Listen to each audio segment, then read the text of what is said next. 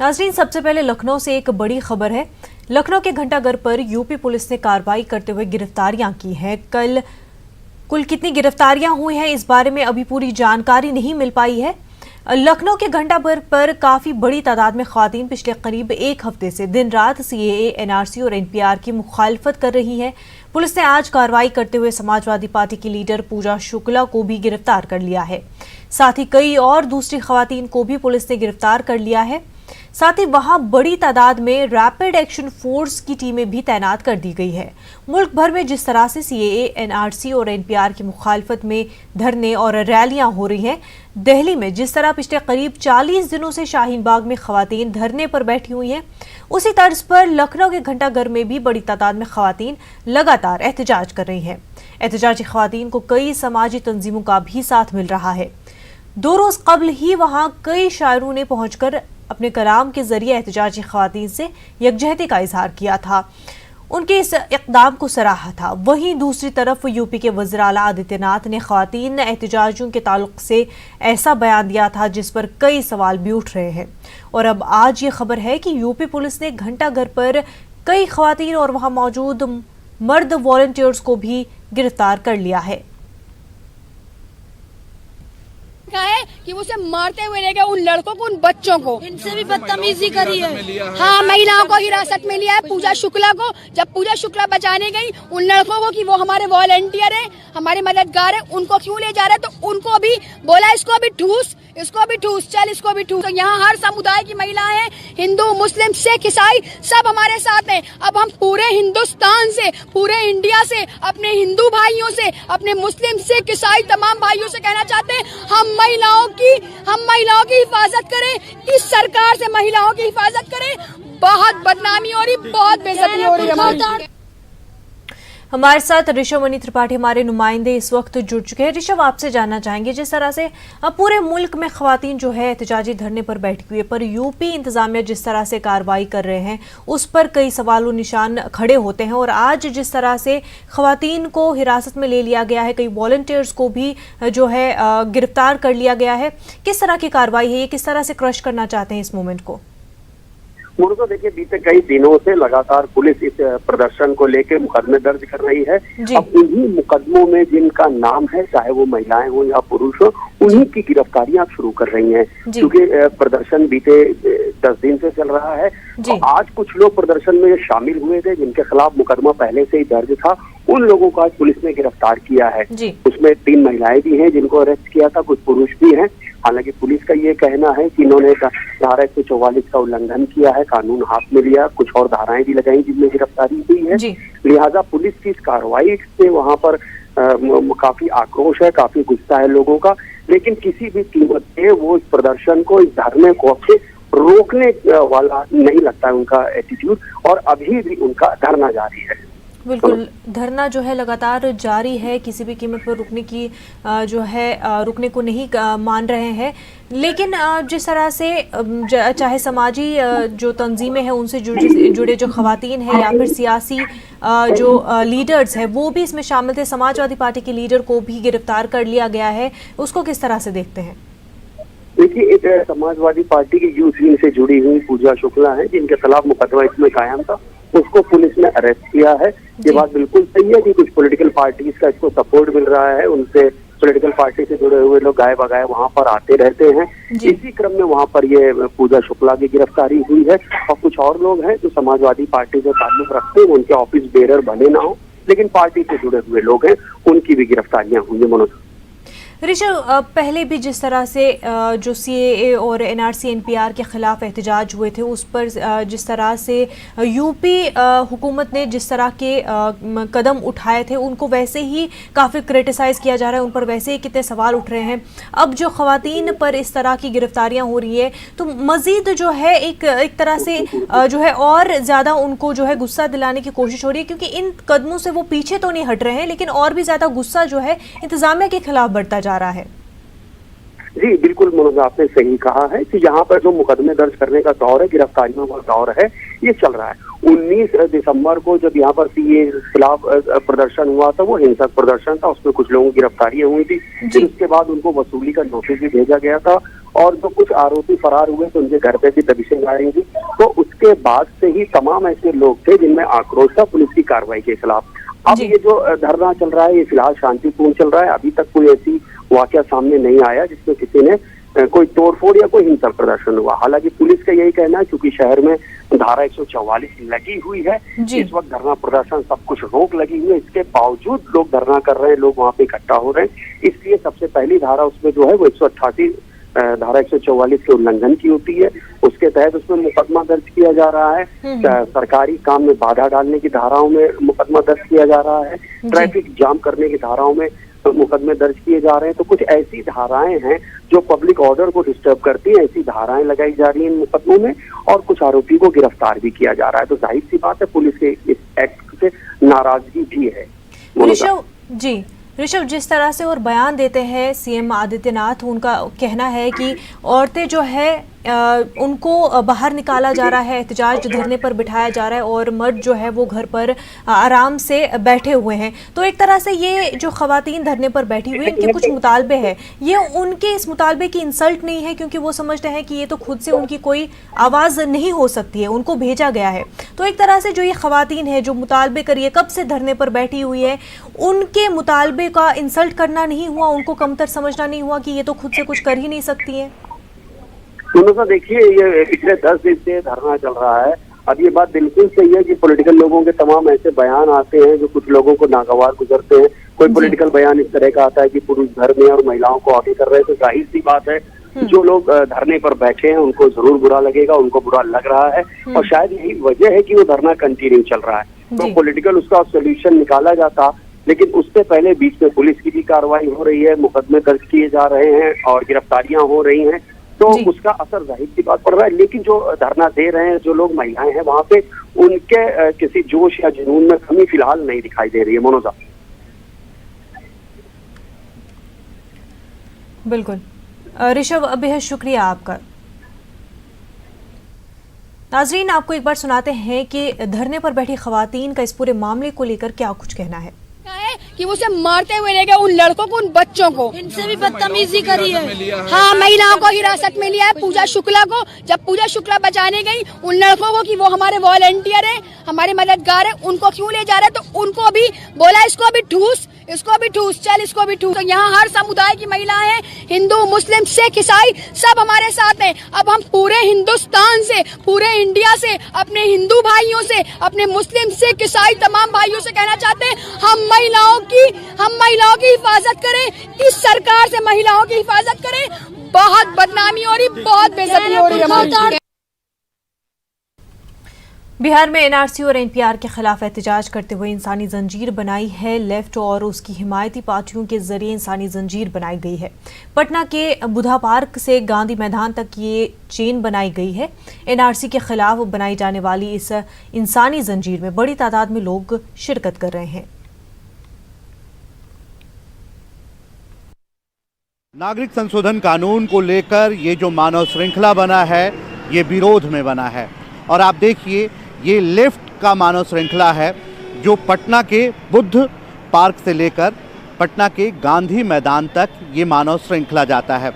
ये नागरिक संशोधन कानून के विरोध में बनाया गया है। हर किसी के गले में एक तख्ती लटकी हुई है, नागरिक संशोधन कानून संविधान पर हमला, ऐसा उस तख्ती में लिखा गया है। क्या जानते हैं इस कानून के बारे में? हम नहीं कुछ जानते। क्या सर, ये क्या है, क्यों लगे हैं लाइन में? तुम सब लड़का नहीं जानता। हम नहीं जानते हैं क्यों लगे हैं लाइन में? क्यों लगे हैं लाइन में? खिलाफ क्या है एनआरसी? क्या है एनआरसी के खिलाफ में लगे हुए हैं। एनआरसी क्या है? एनआरसी क्या होता है? क्या है? हम लोग नहीं जानते। हम लोग नहीं उतना जानते हैं ना, हम लोग नहीं जानते हैं। ऐसी लाइन में आके खड़े हो गए? हाँ, हम लोग ऐसे खड़ा है। सब लोग जानबे करता है थोड़ी है। तो लाइन में क्यों खड़े हैं? क्या लीजिए, किससे पक्ष में क्या क्यों विरोध कर रहे हैं? हाँ, तो विरोध में कर रहे हैं।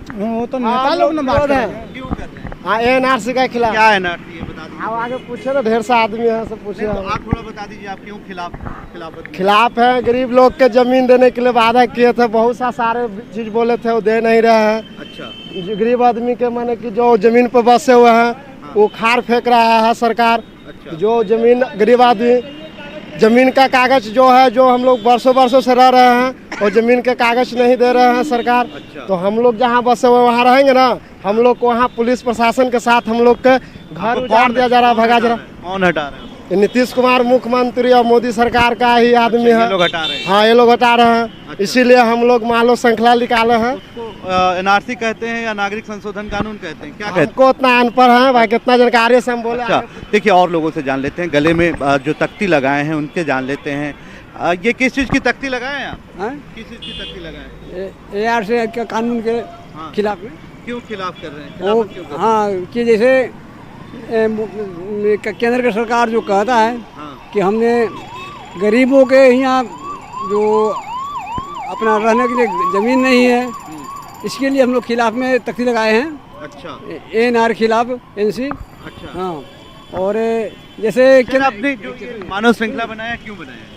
नागरिकता संशोधन बिल जो केंद्र सरकार लाई है उसके खिलाफ लगाया बनाया। क्यों सर, क्या इसमें क्या गड़बड़ आपको लग रहा है? नागरिकता के लिए तो पहले से इस देश में कानून था, इसलिए नई कानून बनाने की तो कोई ज़रूरत ही नहीं। सरकार ने फूट डालने के ख्याल से इस तरह का कानून लाया, भेदभाव करने के लिए, ताकि देश के लोग आपस में लड़े भिड़े और हम जो है अपनी नीति को लागू करते रहें। अच्छा, तो इस विरोध में हैं आप? इसके विरोध में हम हैं। बिल्कुल, और लोगों से जान लेते हैं कि क्या, क्यों इन्होंने तख्ती लगाई हुई, क्यों तख्ती लगाई है आपने ये, आप बताइए। नहीं, आप जब लाइन में लगे हैं उनसे क्यों पूछें, आपसे पूछ लेते हैं। ये थी लगा है, क्या है? ये हम लोग को जानकारी नहीं है। हाँ, जानकारी नहीं है। तो ऐसी लाइन में लग गए? ऐसा है गाँव पर से, गांव से आ गए? कौन लेकर आ गए? नेता लेकर आए हैं। नेता लेकर आ गए। आप विरोध में हैं कि पक्ष में हैं? ये विरोध में है। क्यों विरोध में हैं? विरोध में उनका दिक्कत है तो मेरा भी दिक्कत है। किसको दिक्कत है ये? मेरा नेता, मेरा परिवार, मेरे जनता का।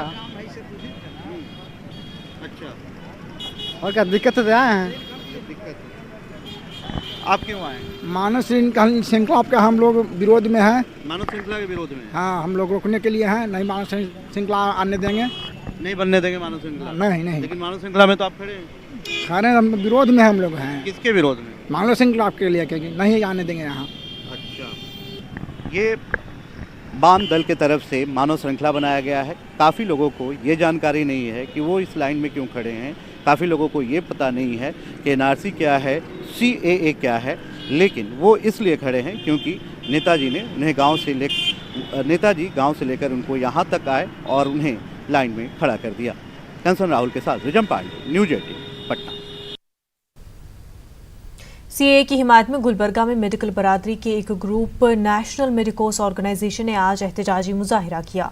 गुलबर्गा से BJP MP doctor Umesh Jadhav की क़यादत में DC ऑफिस के रूबरू यह एहतजाजी मुजाहिरा किया गया। एहतजाजी मुजाहिरे में CAA की हिमायत में नारेबाजी की गई। CAA को जल्द से जल्द नाफिज करने का मरकज से मुतालबा किया गया। इससे कबल तमापुरी सर्कल से DC ऑफिस तक एक एहतजाजी रैली भी निकाली गई। इस मौके पर मेडिकल बरादरी ने PM मोदी और शाह की हिमायत में भी नारे लगाए। मेडिकल बरादरी ने CAA के मुखालफिन के खदशात को गैर जरूरी करार दिया। ಹೇಳ್ತಾರೆ ನರೇಂದ್ರ ಮೋದಿಜಿ ಅವರು 2ನೇ ಟರ್ಮ್ ಅವರು ಪ್ರಧಾನಮಂತ್ರಿ ಆಗಿ ಬಂದಾಗ ನಮ್ಮ ಸೆಂಟ್ರಲ್ ಹಾಲ್ ಅಲ್ಲಿ ನಮ್ಮ ಎಲ್ಲಾ FPಗಳನ್ನ ಉದ್ದೇಶಿಸಿ ಮಾತಾಡಿದ್ರು।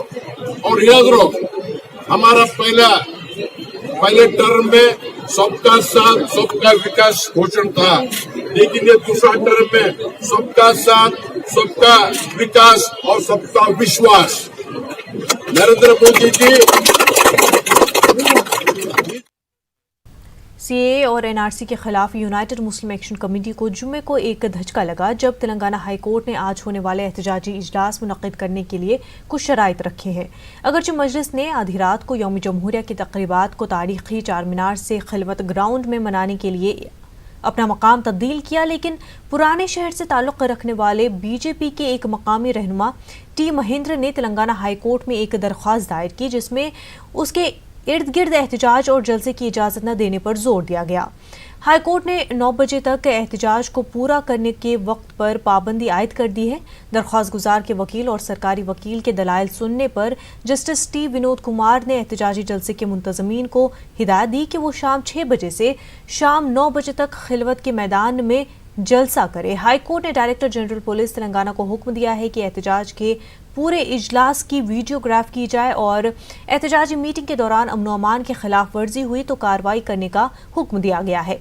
वाज़ेह है कि यही एहतजाज जलसा पहले चार मीनार के दामन में होने वाला था और रात 12 बजे यौम जमहूरिया का जश्न और मुशायरा भी होने वाला था, लेकिन अब इस प्रोग्राम की जगह बदल दी गई है और वक्त का तयन भी कर दिया गया है।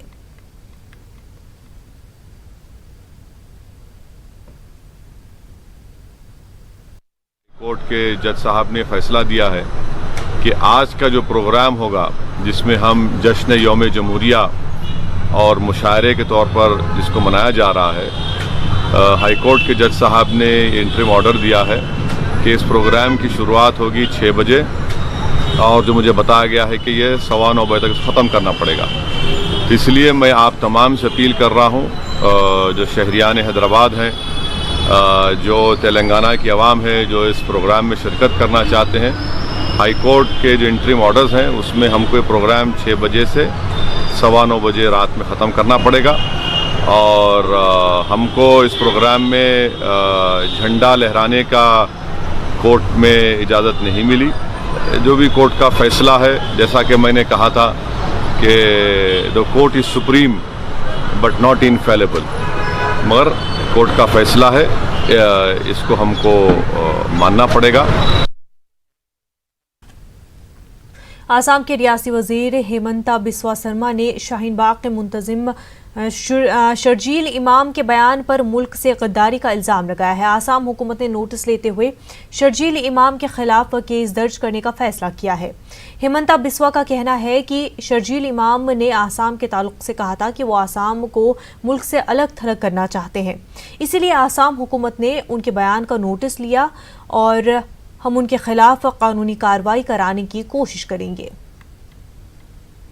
He is the main organizer of Shaheen Bagh protest. So he has said that Assam should be cut off from the rest of India, and that will be their intention.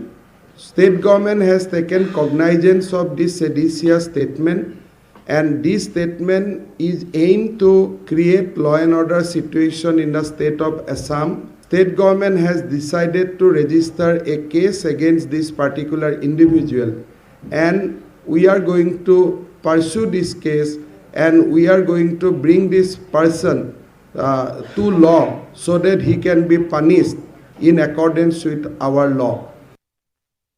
Bandipora में पुलिस फौज और CRPF ने मुश्तरका तौर पर जिले के मुख्तलिफ इलाकों में लश्कर तैयबा और हिज़्ब मुजाहिदीन से वाबस्ता 7 और ग्राउंड वर्कर्स को गिरफ्तार करके उनसे बड़ी मिकदार में असला और गोला बारूद जब्त किया है। पुलिस स्टेशन बांडीपुरा में तफसीलात फराहम करते हुए एसएसपी बांडीपुरा राहुल मलिक ने इन गिरफ्तारियों को फोर्सेस के लिए एक बड़ी कामयाबी करार दिया है। प्रेस कॉन्फ्रेंस के दौरान 14 और 27 आरआर के कमांडिंग ऑफिसरों के अलावा सीआरपीएफ के कमांडिंग अफसर भी मौजूद थे। प्रेस कॉन्फ्रेंस के दौरान बताया गया कि गिरफ्तार किए गए 7 और ग्राउंड वर्कर कई तखरीबी कार्रवाइयों में मुलव्वस थे।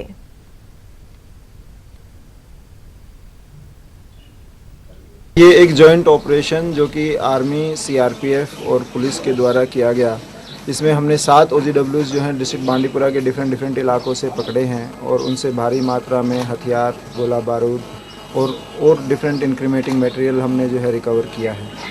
इनकी तंजीम जो है ये LET और HM दोनों के साथ काम किया करते थे और काफ़ी अरसे से ये हमारी रडार पे थे, सर्वेलेंस पे थे। एक बार फिर न्यूज़ 18 की खबर का असर देखने को मिला है। पटना के JD वुमेंस कॉलेज में मुतनाज़ा ड्रेस कोड यानी बुर्क़े पर पाबंदी को कॉलेज इंतजामिया ने वापस ले लिया है। अब तालिबात बुर्क़ा या हिजाब पहनकर कॉलेज आ सकती हैं। इससे पहले कॉलेज ने तालिबात पर हिजाब या बुर्क़ा पहनकर आने पर पाबंदी आयद की थी। JD कॉलेज पटना में 2 दिनों से ये सर्कुलर गश्त कर रहा था, जिसके मुताबिक सनीचर को छोड़कर बाकी दिन तालिबात को कॉलेज के ड्रेस कोड पर अमल करना था।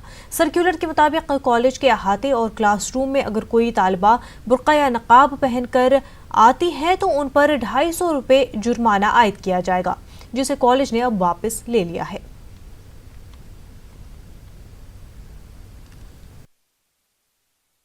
ड्रेस कोड, लड़कियां हमारे कॉलेज का एक ड्रेस कोड है जो मैरून सलवार, ये वाइट सलवार, मैरून कुर्ता और वाइट दुपट्टा है। उस ड्रेस कोड की बात वहाँ की गई है, निर्धारित पोशाक की जगह वो बुर्का शब्द का लिखने में थोड़ी सी चूक हो गई है, इसके लिए हम क्षमा प्रार्थी हैं। लेकिन ऐसी कोई मंशा कॉलेज की नहीं है कि वो किसी भी धर्म के लोगों को प्रताड़ित करे। बिल्कुल हमारे कॉलेज में बुर्के में लड़कियां आ सकती हैं, लेकिन परिसर में वो बुर्का खोल के स्वतंत्र। उस नोटिस में लिखा हुआ है कि हम लोग यहाँ नकाब पहन कर नहीं आ सकते, मैम क्लास अटेंड नहीं करने देंगी हम लोगों को क्लास में, और हम लोग अगर कैंपस में और ये मोबाइल यूज़ करते हैं तो हम लोग को 1000 देना पड़ेगा। हाँ, तो कुछ और मतलब घर का ड्रेस में, हाँ, सैटरडे के अलावा अगर किसी और हाँ, पहन कर आप क्लास, हाँ, उसके लिए बोला गया है। सिर्फ हम लोग को सैटरडे के दिन ही अलाउ है कि आप लोग मतलब अपने घर के ड्रेस में आ सकती है। नहीं है, अगर डेली हम लोग को यूनिफॉर्म में आना है तो इससे हम लोग को कोई प्रॉब्लम नहीं है। जहाँ तक नकाब पहनने की बात है तो उससे हमको प्रॉब्लम है। अगर हम क्लास में नकाब पहन का फेस तो हम ओपन रख रहे हैं ना, अगर हम नकाब पहन भी रहे हैं तो वो हमारा ड्रेसिंग सेंस है। ये हमारे मजहब में है कि बुर्का पहनना ही पहनना है, तो हम इसके मतलब इसका ये नहीं कर सकते, हम पहन के आएंगे ही आएंगे, क्योंकि अंदर यूनिफॉर्म रहता है। क्लास में जा रहे हैं तो हमको अगर ऐसा कुछ है तो हम पढ़ने से पहले ही बाहर उतार दें, और मैम अगर मना करती नहीं तो पढ़ाई के बीच में बोलती कि जाओ तुम क्लास से बाहर बुर्का उतार के, ये तो गलत बात है। अब बैठ गए तो बैठ गए, पढ़ने के बाद नेक्स्ट क्लास में उतार लेंगे, ये तो गलत बात है कि अब पढ़ाई के बीच में उठा के ले जाएंगे। दिल्ली के वज़ीर-ए-आला अरविंद केजरीवाल आज भी रोड शो किया। केजरीवाल ने रोड शो के दौरान अवाम को खिताब करते हुए कहा कि हम दिल्ली के लिए बहुत काम किए हैं, लेकिन अभी बहुत कुछ करना बाकी है। केजरीवाल ने आप नुमाइंदे के हक में वोट डालने की अपील की। बहुत लगन से काम किया है, खूब मेहनत करी है, और मुझे बहुत खुशी है कि आज पूरी दिल्ली के अंदर सब लोग मानते हैं, हमारे विरोधी भी मानते हैं कि दिल्ली में काम तो हुआ है। मानते हैं कि नहीं मानते सब लोग? स्कूल अच्छे कर दिए, अस्पताल अच्छे कर दिए, बिजली, पानी, सड़क, शिक्षा, स्वास्थ्य, कई चीजों में काम हुआ है। लेकिन अभी बहुत सारा काम करना बाकी है। आने वाले 5 साल में अपने को बहुत सारे इलाके हैं जहाँ 1 घंटा पानी आता है, आधा घंटा पानी आता है, अब 24 घंटे पानी देना है हर इलाके के अंदर। यौम जमहूरिया के मौके पर राजपथ पूरी तरह सज चुका है और जश्न की तैयारियां जोरों पर है। हमारे नुमाइंदे ने जायजा लिया। इस वक्त मैं राजपथ पे हूँ और राजपथ पर आपको मैं दिखाना चाहूंगा कि किस तरह से खूबसूरती से बकायदा इसको सजाया गया, संवारा गया है। यह राजपथ के दोनों तरफ में भारतीय तिरंगा जो है बकायदा वो लहराता हुआ आपको दिख रहेगा, और साथ ही यहाँ से पूरा इंडिया गेट तक का जो आप देख सकते हैं बहुत ही खूबसूरत तरीके से यहाँ पे बनाया गया है, सजाया गया है। और यहाँ पर जो लोग हैं बकायदा वो आ रहे हैं, यहाँ पर आके फोटोग्राफी कर रहे हैं। कई लोग देखा जा सकता है, क्या युवा और क्या बुजुर्ग, सब यहाँ पे आके फोटोग्राफी भी कर रहे हैं और यहाँ पे आनंद ले रहे हैं। और यहाँ पर जो देशभक्ति गानों से बकायदा यहाँ पर गूंज रहा है पूरा राजपथ। और ये आप देख सकते हैं यहीं से वो परेड शुरुआत होते हुए यहाँ से लाल किला तक परेड जो है यहाँ से जाएगा। उसके बाद वहाँ पर नेटवर्क 18 और हेल्थ यूनाइटेड मुहिम लोगों में टीकाकारी के लिए बेदारी लाने के लिए मध्य प्रदेश पहुंचा, जहां सर्वे रिपोर्ट में चौंकाने वाला खुलासा हुआ है। टीकाकारी के मामले में मध्य प्रदेश की कारकर्दगी मायूस कुन है। यहां सिर्फ 53.6% ही टीकाकारी हुई है। अब देखिए रिपोर्ट, हमें दीजिए इजाजत। आदाब।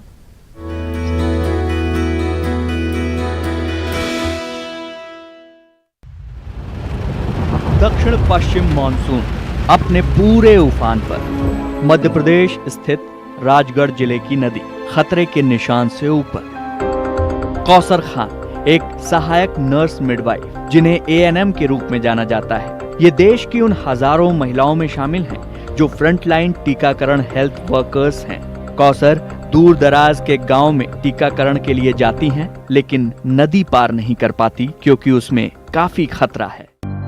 कौसर मौके का फायदा उठाती हैं और बच्चे को टीका लगा देती हैं। 2016 के राष्ट्रीय परिवार स्वास्थ्य सर्वेक्षण के अनुसार मध्य प्रदेश टीकाकरण में एक खराब प्रदर्शन वाला राज्य है, जिसमें केवल 53.6% पूर्ण टीकाकरण कवरेज हुआ है। 21% आदिवासी आबादी के साथ बाकी के लोगों में जागरूकता और समझ की कमी है। सोमवती बताए कि आपके 3 बच्चे हैं, तो आपने क्या उनके टीकाकरण कराए? नहीं कराया, बड़ी बच्ची का कराया। बड़ी बच्ची का कराया, मगर बाकी 2 के क्यों नहीं कराए? बुखार है, As we travel to some of the remotest parts of the poorest districts of Madhya Pradesh, we found that the reasons behind low full immunization coverage are all interconnected.